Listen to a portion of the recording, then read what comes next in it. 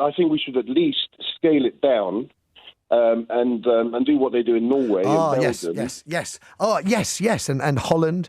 And I thought, do you remember all the stories that were being fed to us by the slavishly royal-supporting right-wing press that King Charles favoured a slimmed-down monarchy? We heard that while his mother was ill, and that was the message we got. And then, just as they started to put the crown on his head, we heard that actually Charles doesn't favour a slimmed-down monarchy at all. So I'm with you, Darren. I mean, why does the royal family need 7 palaces funded by us? Why can't they go and live in a flat and ride around on bicycles? There'd still be royals. There'd still be a royal family. They could still turn up for church services, but they would live a lifestyle that doesn't, cost millions and millions of pounds.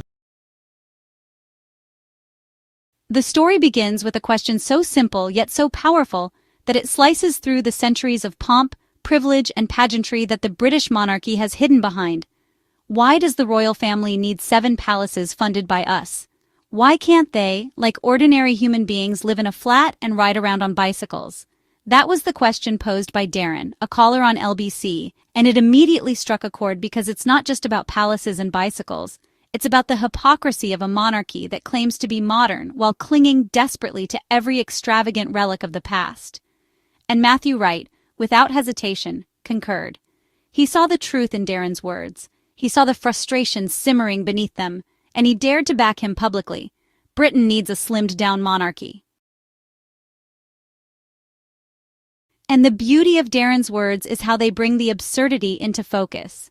In 2025, families across the UK are struggling with the cost of living. Parents are forced to decide whether to heat their homes or put food on the table. Students are drowning in debt. Nurses and teachers are underpaid. Councils are cutting essential services. And yet, through all this suffering, billions are poured into the gilded lives of the royal family, who already sit on untold wealth passed down through generations of plunder, conquest, and exploitation. 7 palaces, multiple estates, endless security costs, fleets of cars, fleets of planes, wardrobes worth fortunes. This is not tradition. It's parasitism dressed up as patriotism. And Darren simply asked, why? Matthew Wright's agreement was significant because it shows that the conversation is shifting. For years, the monarchy has relied on silence, on unquestioning loyalty, on the media to sell their fairy tale image. But cracks are showing. Ordinary people are finding their voice.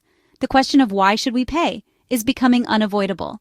Darren wasn't asking for a revolution. He wasn't calling for the abolition of the monarchy right there and then. He was simply pointing out the sheer excess and asking for fairness, for accountability. And if the royals truly believed in public service, if they truly cared about the people they claimed to represent, wouldn't they already be living in a slimmed-down fashion? Wouldn't they have led by example instead of clinging to palaces like dragons guarding gold? Think about the symbolism of Darren's suggestion. A flat and a bicycle. It's not literal, though it could be. It's about humility. It's about the royals showing they understand the struggles of ordinary Britons. What message does it send when King Charles flies on private jets while lecturing the public about climate change? What message does it send when the government enforces austerity on working people while taxpayers fund palaces, jewels, and luxuries for a family already worth billions? The monarchy is supposed to embody national unity, but what it really embodies now is division. The stark contrast between those who struggle and those who are protected from struggle by birthright. And here is where Matthew Wright deserves praise. He didn't play the typical media game. He didn't dismiss Darren as unpatriotic, didn't lecture him on tradition, and he didn't drag out the tired they bring in tourism excuse. Instead, he listened. He agreed, and in doing so, he validated the frustration of millions of Britons who have, silently asked themselves the same thing every time the royals appear in glittering carriages while food banks overflow. The monarchy isn't slimmed down. It's bloated, it's outdated, and honestly, it's out of touch. The irony is that the monarchy itself once promised this change. King Charles, long before he ascended the throne, floated the idea of a slimmed-down royal family. He promised fewer working royals, less extravagance, a streamlined institution fit for modern times. But what happened to that promise? Where is the evidence of it? Because all we see are excuses to maintain the status quo. The younger royals are protected, the older ones are funded, the estates remain vast, the jewels remain untouchable, and the costs keep rising. Charles talks of trimming the fat, yet the family still behaves like gluttons at a banquet paid for by taxpayers. And let's be real, the monarchy's defenders always fall back on two lazy arguments. First, that the royals pay for themselves through tourism. But that's a myth. Tourists come to see the palaces, not the people. Tourists visit Versailles in France, which hasn't had a royal family in centuries. People visit the pyramids in Egypt, the Colosseum in Rome, the castles of Germany, all without monarchies. Palaces and castles survive without royals living in them. The second excuse is that the monarchy is tradition. But tradition cannot be a shield for injustice. Tradition was once used to defend slavery, to defend child labor, to defend women being denied the right to vote. Tradition is only worth preserving if it evolves with the people it claims to serve. Otherwise, it's nothing but nostalgia weaponized to justify inequality.